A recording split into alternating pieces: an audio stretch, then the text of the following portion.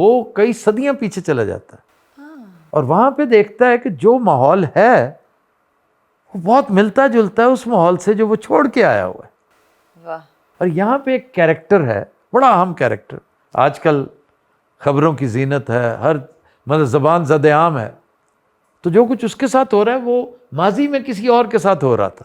تو دونوں میں انالوجی ہے بڑی خوبصورت ہے. انٹرسٹنگ. اور جب وہ واپس آتا ہے تو دیکھتا ہے وہی ماحول زیادہ فائن ٹیون ہو کے زیادہ کلیئرٹی سے اس کو ادھر نظر آتا ہے. فیوچر میں بھی ہو رہا ہے.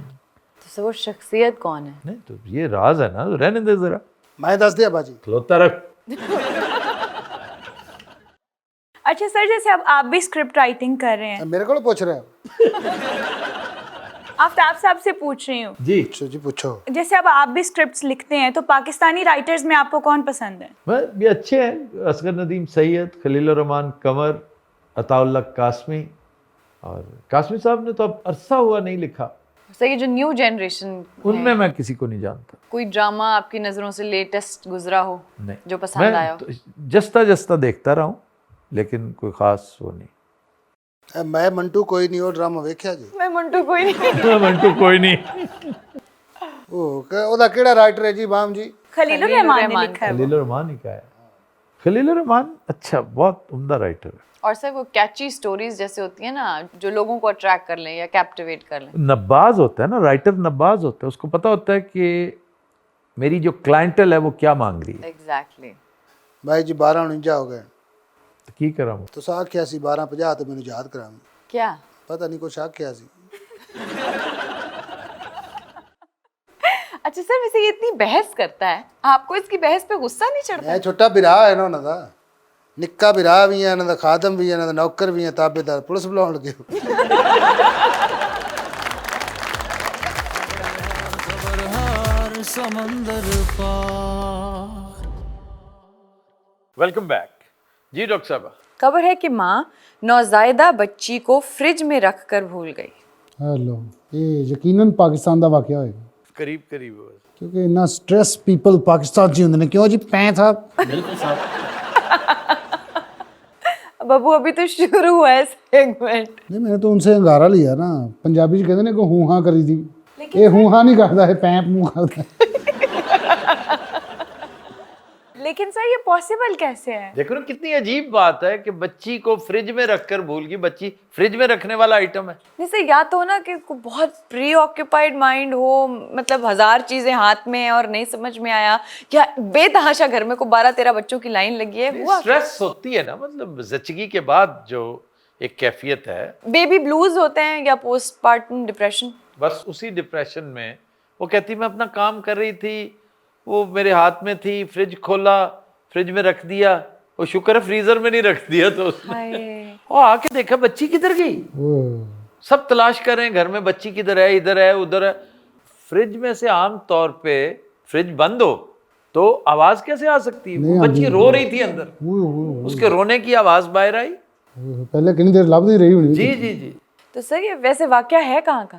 دس از اتر پردیش, اگین انڈیا, مراد آباد.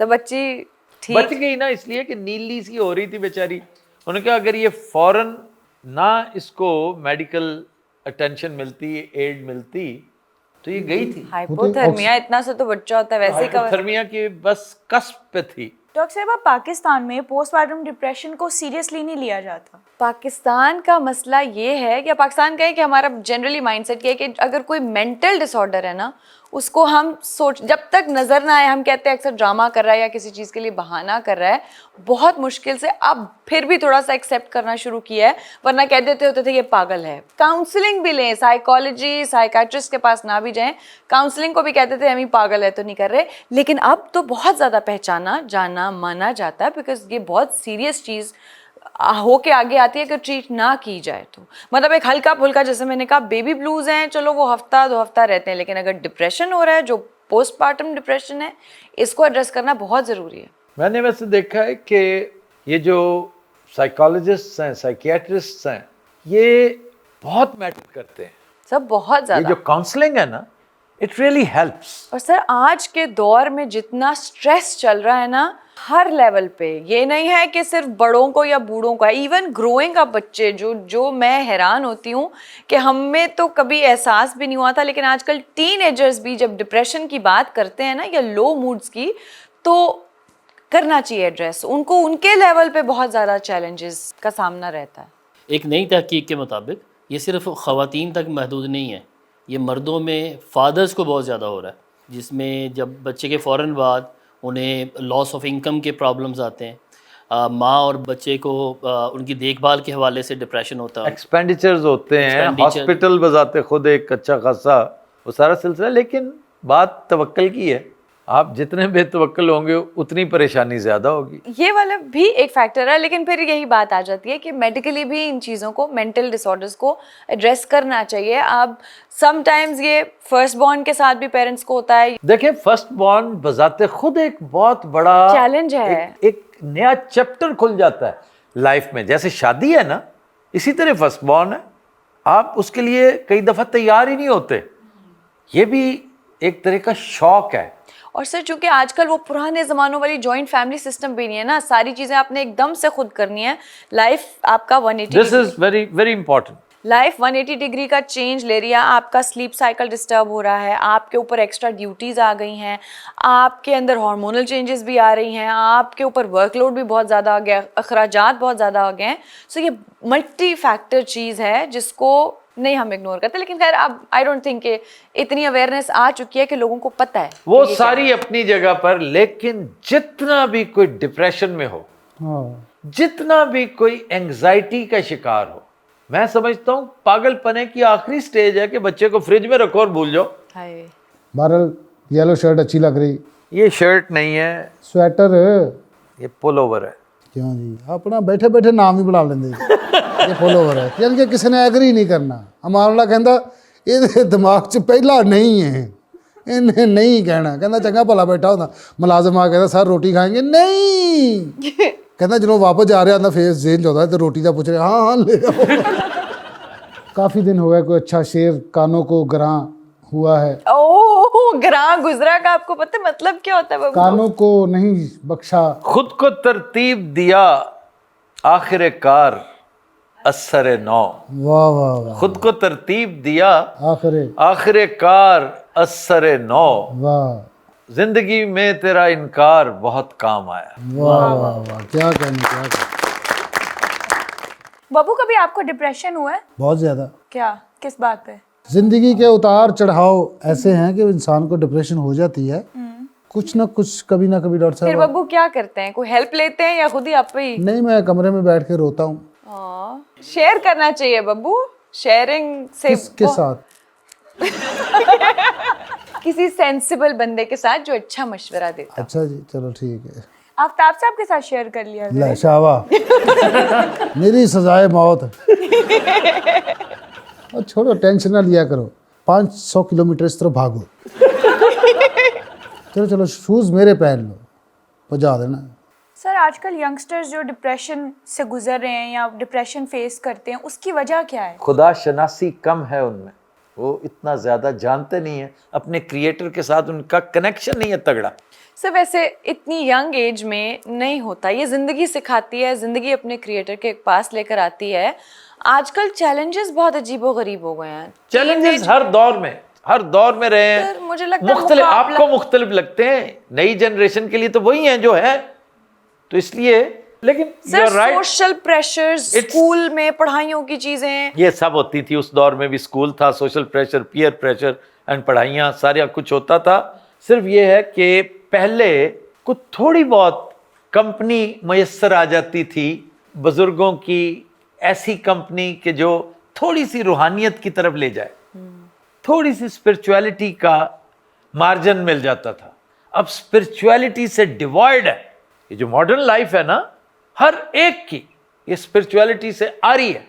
کیا ینگسٹر, کیا بڑا اور کیا بوڑھا, یہ ہے مسائل. اور خوش قسمت ہے وہ جو آج بھی تھوڑا سا روحانیت رکھتا ہے اپنے اندر, کیونکہ اللہ تعالیٰ کا معاملہ ہی ایسا. اللہ تعالیٰ کا concept is a soother, it soothes you. Exactly. میں مثال دوں گا کہ آپ ایک ایسی مشین ہے جو کام کر کر کے زندہ رہ کے گرم ہو جاتی ہے اور ناکارہ ہونے لگتی ہے, میل فنکشننگ کا شکار ہوتی ہے. The concept of Allah it's like a soother, آپ کو cools you down. کول کرتا ہے, آپ کو Calm down کرتا ہے. ٹھہراؤ آ جاتا ہے. دس از واٹ ہیپنس. ਭਾਜੀ ਵੈਸੇ ਇਹ ਜੋ ਸ਼ੋਅ ਕਰਵਾ ਤਬਲੀਗ ਵਾਲੇ ਹੈ یہ میں کرتا ہوں جتنا جوگا ہوں, اس شو میں بھی کرتا ہوں. علیحدہ سے کرنے کی ضرورت نہیں ہے. علیحدہ تب کروں گا جب میرا ہنسی مذاق سے موڈ آف ہو گیا نا, کہ میرا دل نہ چاہا. سر ہنسی مذاق آپ فار دا سیک آف ہنسی مذاق تو نہیں کرتے, یہ آپ ایک میسج کے طور پہ یوز کرتے ہیں. وہ بھی چلنا چاہیے. سارے ذائقے ہیں, یہ سارے رنگ ہیں. ہاں, اسپرچویلٹی بھی ہے, ہیومر بھی ہے, پالیٹکس بھی ہے, سارکاسٹک گفتگو ہوتی ہے بڑی بڑی, یہ سارا اس کا حصہ ہے. سر اس شو کو لوگ ایز اے کیور لیتے ہیں, ایز اے الحمدللہ. ٹریٹمنٹ لیتے ہیں. لیکن اس میں یہ کہ اتنا ہیومر جو ہے نا وہ ہم نہیں دے رہے. میں کہتا ہوں 50% بھی نہیں رہا. کچھ لوگ کہتے ہیں جی مزاح کو ذرا زیادہ کریں. بھئی کیوں زیادہ کریں؟ آپ کی زیادہ ضرورت ہے نا. جیری لوئس کو دیکھیں جا کے, ہم مسخرے ہیں. نہیں سب سے پہلے کہتا ہے نہیں. کس نے کہا ہے آپ کو؟ نو, آپ پھر داغ مفارقت تو نہیں دے رہے. Absolutely not. تمہیں کیوں شوق پیدا ہو گیا کہ وہ داغ مفارقت دے جائے؟ میری بات سنو. جی سر. میری طرف دیکھو. جی دیکھ رہے ہیں. اس نے کدھر جانا ہے؟ اس نے مجھے کیا پتا کہاں جانا ہے. تو کدھر جائے گا؟ میں گونگے کو سوال نہیں پوچھنا. سمندر پار. Welcome back. خواتین و حضرات, آج کا ان پلگڈ گانا ہم نے فلم جینٹل مین سے لیا ہے. خواجہ پرویز کے لیرکس ہیں اور نہایت خوبصورت کمپوزیشن نذیر علی کی. گایا مسعود رانا نے. پیش کرنے جا رہے ہیں as a tribute Babar Fateh Ali Khan. اپنا بنا کے دل لا کے, اپنا بنا کے دل لا کے, نس جاویں نہ میرے ہانیاں. اپنا بنا کے دل لا کے, نس جاویں نہ میرے ہانیاں. اپنا بنا کے دل لا کے.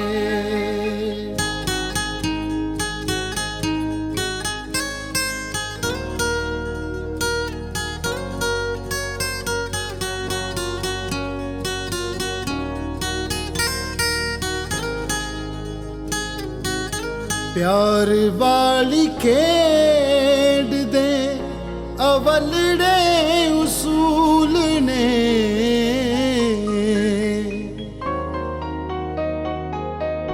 پیار والی کھیڈ دے اولڑے اصول نے. چھتی نال کہہ دے تینوں حالی بھی قبول نے. چھتی نال کہہ دے تینوں حالی بھی قبول نے.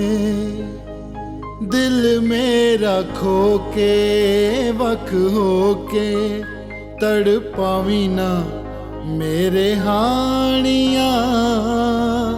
اپنا بنا کے دل لا کے, نس جاویں نہ میرے ہانیاں. اپنا بنا کے دل لا کے.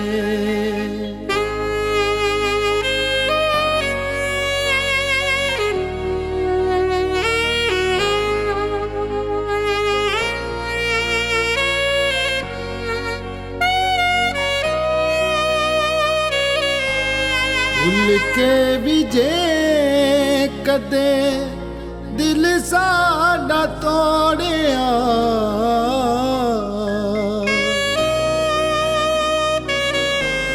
بھول کے بھی جے کدے دل ساڈا توڑیا. رویں گا گواچا ساں جدوں مکھ موڑیا. رویں گا گواچا ساں جدوں مکھ موڑیا. ਰਾਵਾਂ 'ਚ ਖਲੋ ਕੇ ਚੁੱਪ ਹੋ ਕੇ ਪਛਤਾਵੀਂ ਨਾ ਮੇਰੇ ਹਾਣੀਆਂ ਆਪਣਾ ਬਣਾ ਕੇ ਦਿਲ ਲਾ ਕੇ ਨਸ ਜਾਵੀਂ ਨਾ ਮੇਰੇ ਹਾਣੀਆਂ ਆਪਣਾ ਬਣਾ ਕੇ ਦਿਲ ਲਾ ਕੇ